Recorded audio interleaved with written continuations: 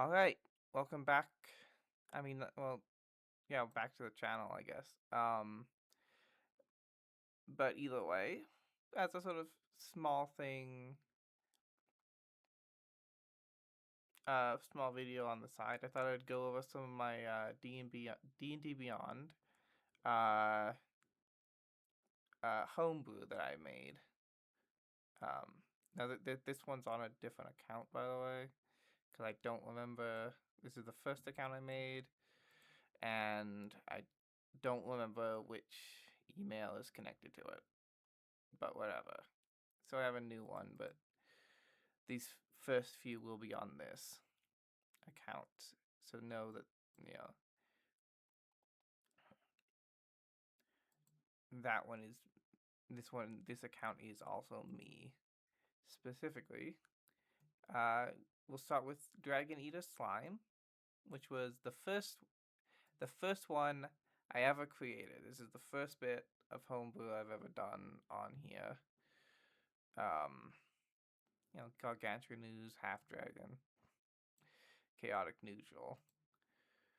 Yeah, you can kind of tell it's the first. Hey, at least it's not ridiculous numbers. I mean, 25 armor class, 55 hit points. Apparently, I don't know if I actually checked if 60-20 plus 6 would reach that, but who knows.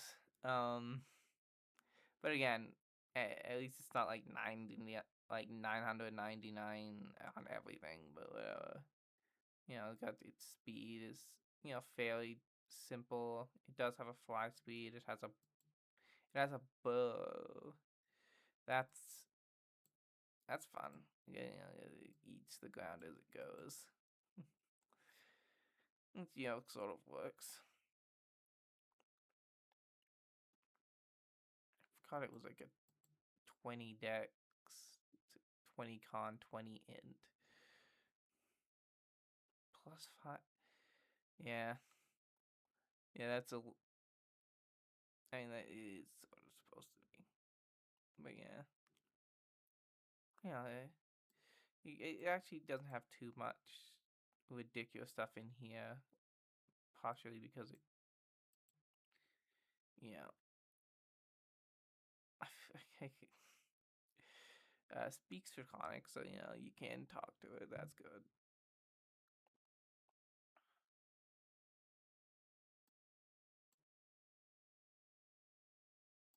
Yeah, I did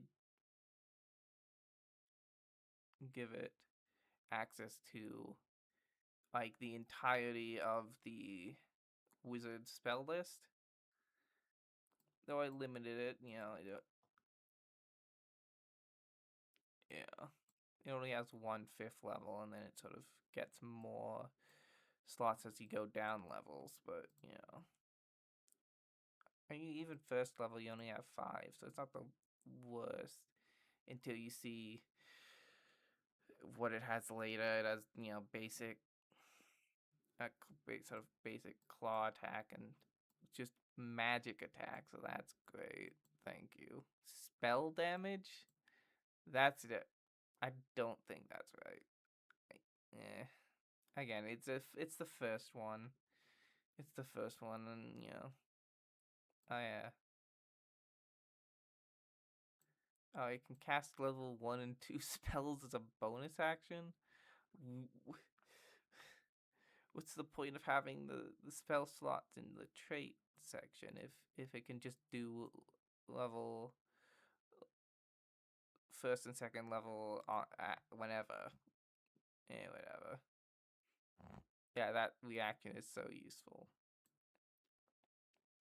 Doesn't tell you how it does that, like what it actually does in combat, but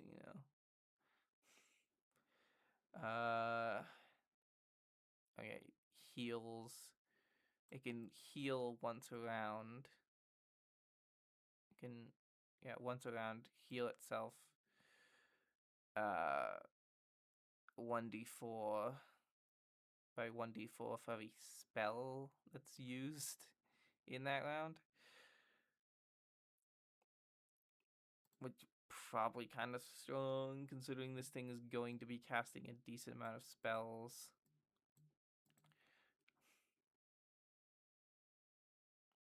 And then it can also negate.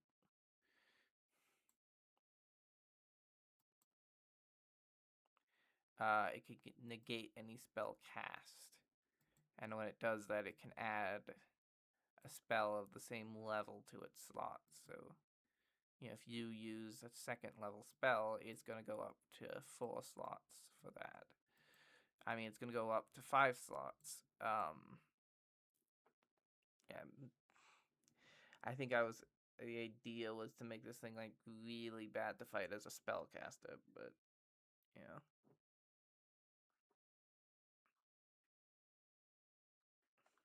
It's also just immune to all damage from spells. I didn't even notice that at first. Yeah. And of course, it hangs out in abandoned dragons' lairs. That makes sense. And it, adds a lair action. It can spawn random oozes or 5 gray oozes for reasons. Which, ooze, that's a great regional effects. And it has less draconic beings, I guess, sure. Again, the idea of this was like if like some kind of ooze manages to eat a dragon's body, it sort of gets infused with its energy and becomes this. But yeah, it was a first creation, so anyway, we'll head over to this item. Ring of Father Winter. It when no one near Christmas, but I did make this for that, obviously. Which is just a legendary ring. You'd need to be a humanoid to attune to it, and it stops the aging process and grants plus 12 AC. But also causes the humanoid's hair to become white as snow, and a long beard grows rapidly as long as they are tuned. And then they are set to good alignment no matter what they were before, and must grant gifts to all good aligned creatures they come across. Yeah, so it's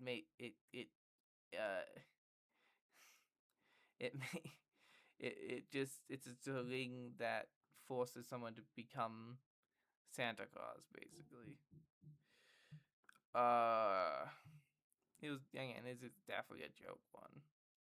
I mean, the 12 AC is ridiculous, but I mean, it's still not that much compared to what other people decide to put on theirs.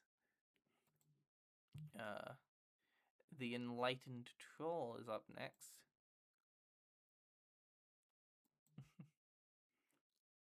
Which is... I basically made this because I found out that, if you kill a troll with anything but acid or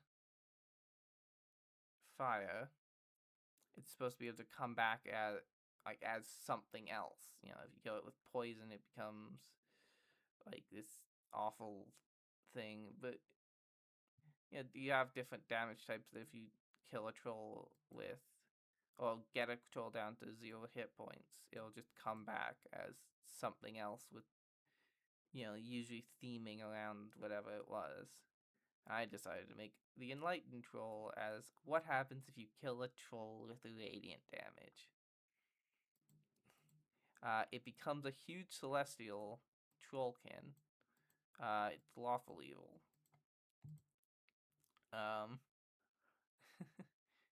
20 armor class, 130 hit points because it's 10d10 plus 30.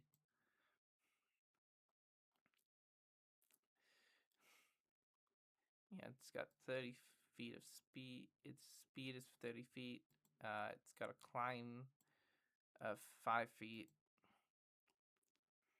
I mean, most of its stats aren't too bad. It does have a 20 in con, but you know, yeah. Of course, vulnerable to acid and fire, immune to psychic and radiant. Oh, and it can't be blinded, I noticed. Oh, it has 60 feet of dark vision and then 0.5 feet of true sight. Alright, it does speak Celestial and Giant. That's fun.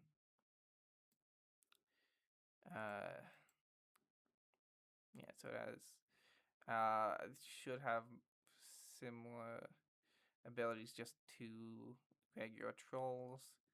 Like, I believe Keen Smell is mostly the same.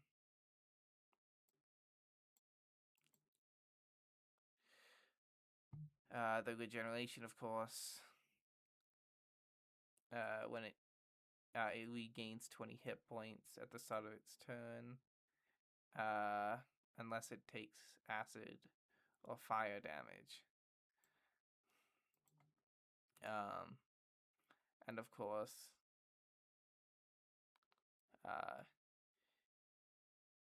it only dies if it, yeah, if you hit it with acid or fire damage down to 0 hit points.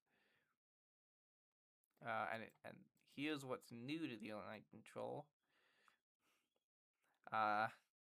Is it can create 3d4 new trolls once a day. As sort of a, once one of these spawns, it's gonna start. The idea is that it basically becomes a sort of lesser god of trolls, and begins creating more of them. So you're gonna want to kill these things fast if it shows up in your area. It's just got bite and claw attacks, which do radiant damage. Fairly simple. Yeah, on a bonus action, it can remove all fire in a 10-foot radius once every 2 rounds. And as a reaction, it can cancel any fire-based attack every 2 rounds. Which, yeah. Oh yeah, and then as a legendary action, once a day it can remove all fire-based spells from someone's spell list for 2 rounds. So if your wizard has fireball, not right now. Yes. Radiant golden skinned giants. It controls create new trolls to ensure the continued existence of troll kind. Yes. Very good. We'll go on to Goose. I mean, this one, I think, is...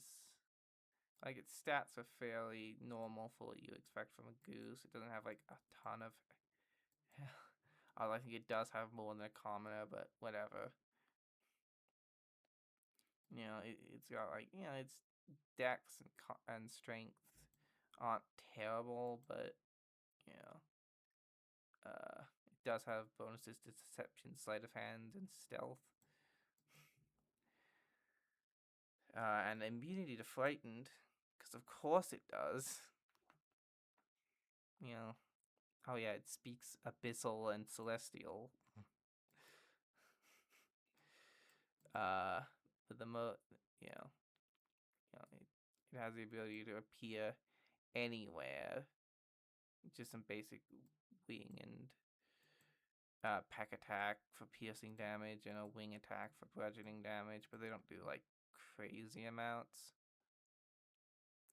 The Goose is completely immune to all divination targeting it.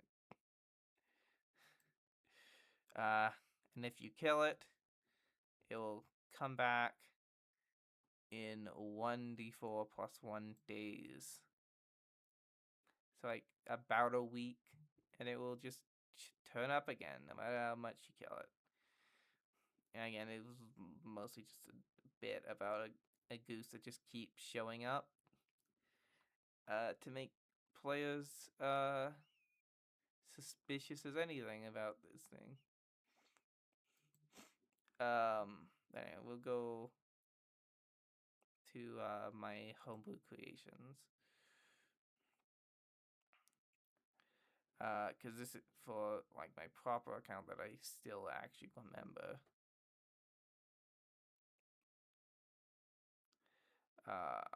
And what? We'll start with the Raven Wolf. It's sort of on the newer end, but you know, a wolf-like creature with the head of a raven and a mix of black fur and feathers covering its body. That was made by a mad mage whose elder sibling and rival created the owl bear. And so that's what, you know, this thing is, you know, it's a large monstrosity.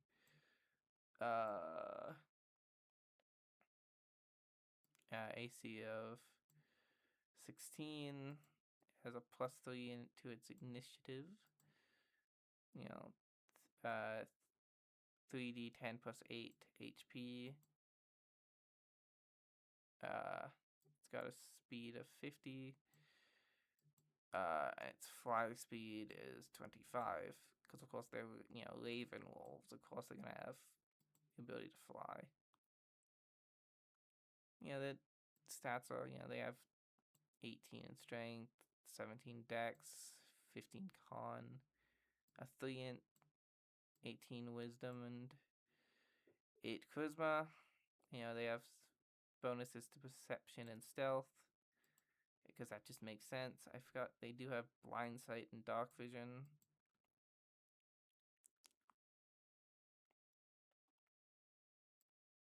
They don't speak any languages. You know, they do have pack tactics, of course, and they just have a basic pack attack.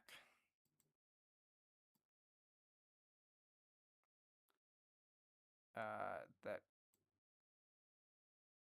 can give large or smaller creatures the prone condition when it's used on them. You know, again, it's a simple enough setup, but you know,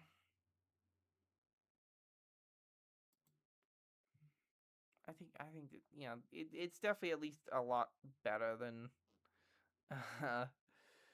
my previous work. I think I have at least improved a bit.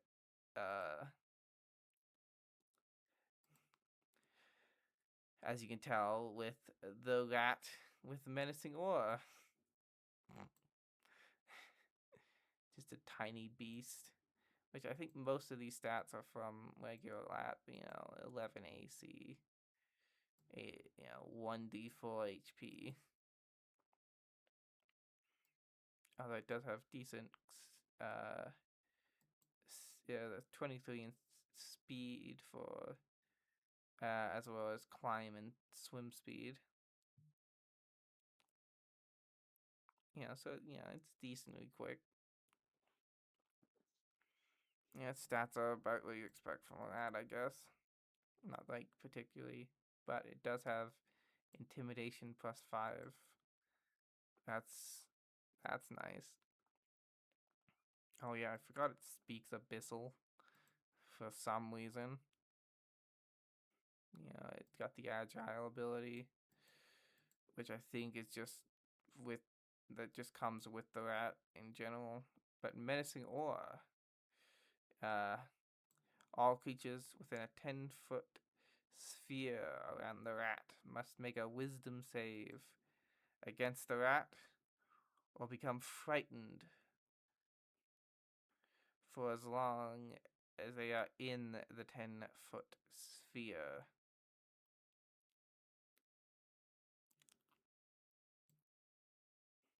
And of course, their wisdom is 12, so that's what you have to beat. You have to, which either I assume that it's either going to be a +1. I think it's going to be a +1 to take it out, but to like resist it. So it's not probably the hardest thing to resist, but it just has a basic biting attack. And then as a bonus action, it also can use menacing lure. Once every 3 rounds, the rat can make all creatures within a 30-foot sphere around the rat make a wisdom save and become frightened for 2 rounds. So sort of every once in a while it can sort of flare up the menacing lure. Thank you description. It is a rat. I mean, it's very simple, but that one's fun.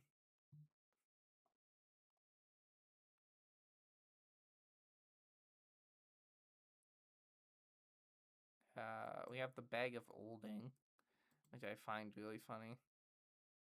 Yeah, the Bag of Olding. It's a wondrous item. They're common.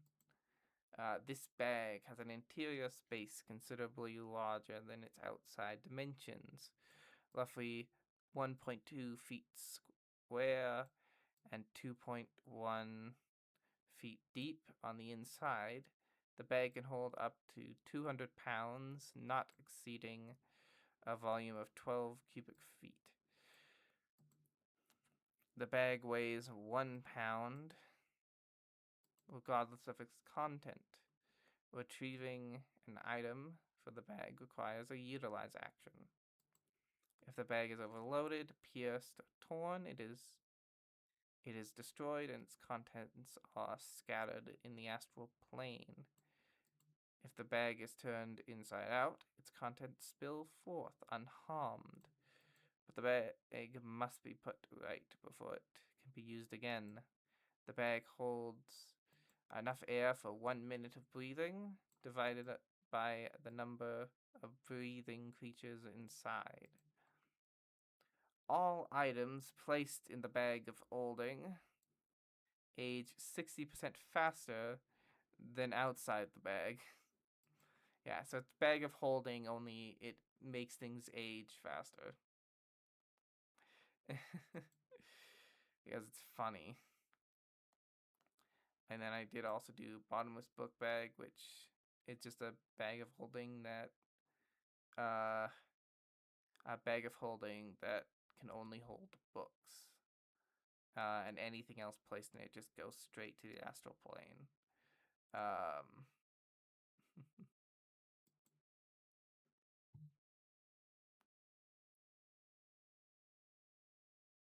Yes, the Gem of You Lose. When any creature touches the gem, they make any wish they want. The wish is then reversed, and the gem does 10 D100 unblockable damage to all creatures in a 50-foot radius.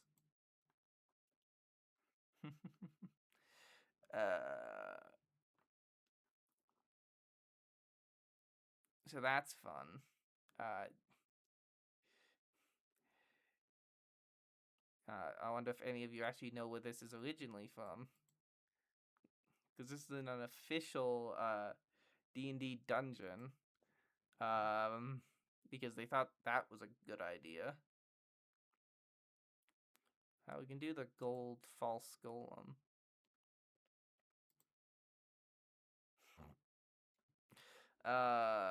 It's a wondrous item artifact. Oh yeah, and you need its key orb to use it. Because I thought, that sort of fit the idea. I don't have an actual item for that, but the idea would just be that you have them find it somewhere. And just keep track of who has it. This item first appears to be a large sealed gold statue weighing 700 pounds. The statue has a hidden cache, which can be found with a catch, which can be found with a successful D17 Intelligence Arcana check. Placing the linked key orb in its slot on the back and releasing the catch unlocks a hatch in the back of the gold statue, allowing 3 medium or smaller creatures to crawl inside. 10 levers are set in the main body, each in a neutral position, able to move either up or down. When certain levers are used, the apparatus transforms to resemble a gold golem. The gold false golem is a large object with the following statistics. It has a 25 AC, 250 hit points, has a speed of 35 feet or 0 if both of the legs aren't extended. And it is immune to poison and psychic damage. Obviously. To be used as a vehicle, the gold false golem requires 1 pilot, while the gold false golem's hatch is closed. The compartment is airtight and watertight. The compartment holds enough air for 20 hours of breathing, divided by the number of breathing creatures inside. A creature in the compartment can use an action to move as many as 2 of the gold false golem's levers up or down. After each use, a lever goes back to its natural position. Each lever from left to right functions as shown in the gold false golem levers table. Yeah, so the first one, if you push it up, legs extend, allowing the gold false golem to walk, and down, its legs retract. 2 is to move forward. 2 moves forward. Hang on. 2 forward head window shutter opens, and down the forward head window shutter closes. 3 up side body window shutters open, and down they close. 4 2 arms extend for the gold false golem. Sides. Whoops. And then the arms retract. Each 5 up, each extended arm makes the following melee weapon attack. A +9 to hit, reach 7 feet, 1 target, hit 9, or 2d6 plus 2 bludgeoning damage. Yeah. And down, it makes a similar attack on 1 target, and the target is grappled with an escape DC of 18. For 6, up causes it to walk forward, down causes it to walk backwards. For 7, it turns 90 degrees left for up, and 90 degrees right for down.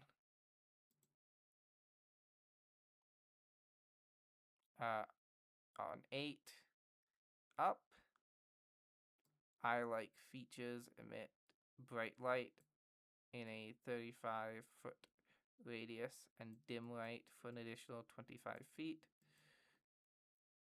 And if it's down, the lights turn off.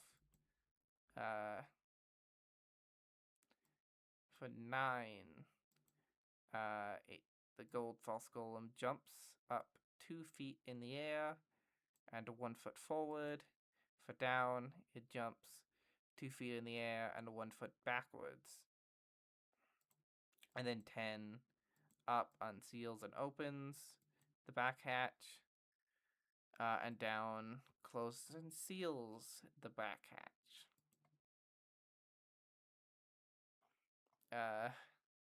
Can you guess which item I based this off of? But it could be a bit of fun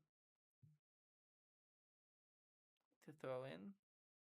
Yeah, we'll go with this spell because I haven't done any spells yet. Ren Tibbs Gold Maker. It's a 5th level spell, casting for a time of 5 hours. Range of sight, visual, semantic, and material cost. Material cost being 1 gold coin. Duration until dispelled. School conjuration. That's a will save.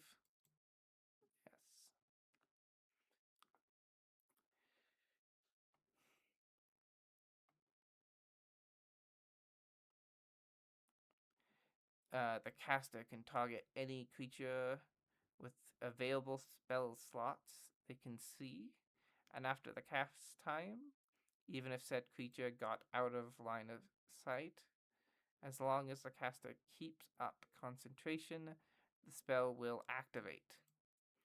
When successfully activated, the target will be forced to use one of their highest spell slots, casting Goldmaker, a spell that creates 1 gold coin in the pocket of the original caster per spell level every day until they land an attack on the original caster.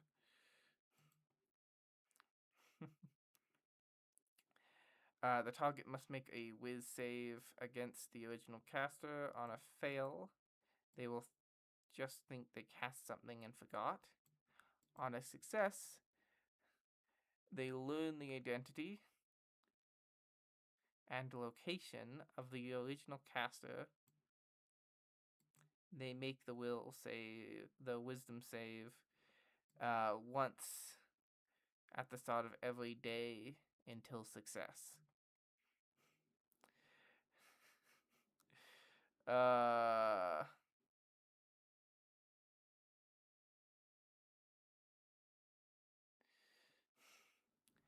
it can be used by sorcerers, wizards, artificers, trickery domain clerics, oath of vengeance paladins, arcane trickster rogues, and archfey patron warlocks. This one's a fun one, and if you want to understand what this bit is, say the creator's name backwards, and you'll understand what the spell actually is.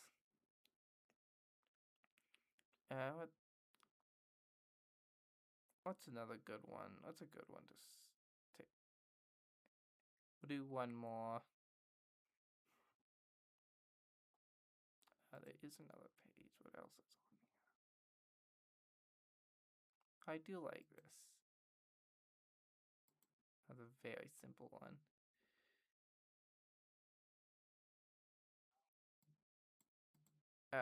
Yug Yenaf's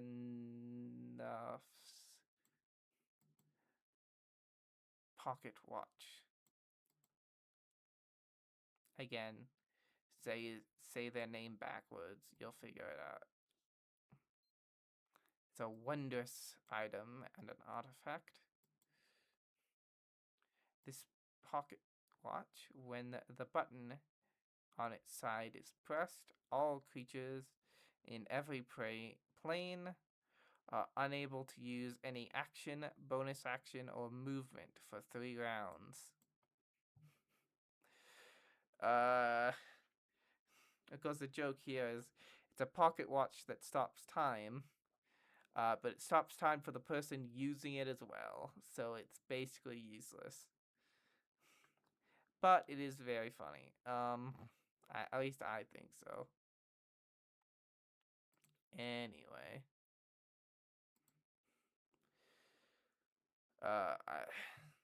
I believe that I'll be ending off uh, for for now, and I'll see y'all in the next video, whatever I choose to do for that. See you then.